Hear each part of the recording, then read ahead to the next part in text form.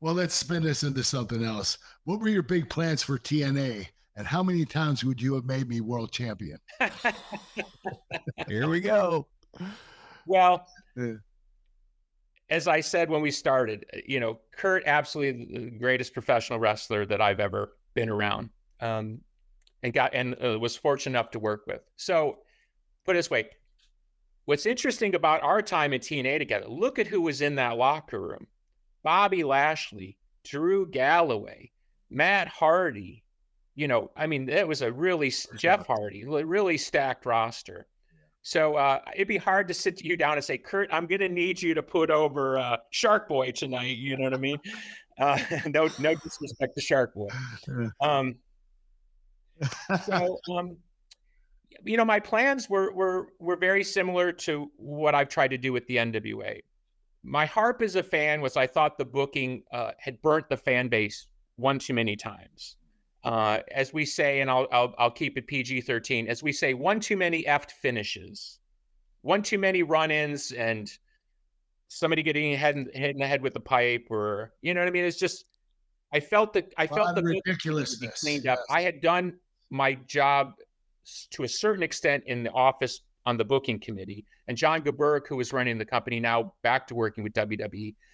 John and I went to battle many, many times about keeping the product as realistic as possible, and I did make some gains there. On top of that, I wanted to open up the company creatively, and I did make some gains there, and I had a lot to do with the deletion series with the Hardys and shooting off grid, and that was very, very successful.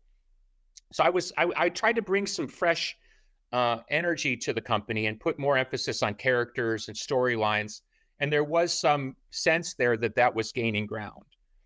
Business-wise, without getting too deep into the whole lawsuit thing, the whole lawsuit hinged on, and for a quick cursory lesson, Dixie needed money. I put in a bunch of money to keep the company solvent. Every time I put in money, I owned more and more of the company. I think my maximum, at one point, I owned 26% of the company.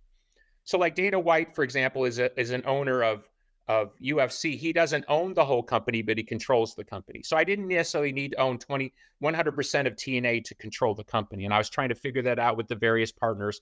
There were mystery money people that Dixie had made deals with that I didn't even know about that showed up later. It was a mess. On top of that, the whole lawsuit that we eventually fell into hinged on the idea that TNA wasn't. I can't remember. It's a legal thing, but basically, if I could prove that TNA had more debt than it's worth, so if Dixie, I think was of the mind at the time that TNA was worth $8 million. So if I could prove that they were more than $8 million in debt, ostensibly the company was supposed to come to me in some sort of default. Dixie swore up and down that the company wasn't in more debt than $8 million. That turned out to not be true, but I only found that out later. So the whole court case was hinged on that. It didn't happen. Len Asper ended up buying with Anthem, bought the company, and then eventually we kind of made our peace and everybody moved on. So I think that gives some sense of the thing.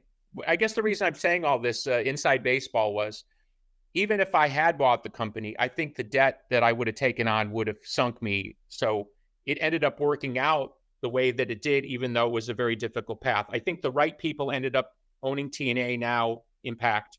I think they've done a really good job. I'm not sure if D'Amore owns a piece of the company, but he's done a good job. So it ended up working out. Like they went their direction, I went mine, and everybody's kind of made their peace over time. Secret, it all worked out. Doesn't matter how many times he would have made you champion. Okay. Worked out for the best.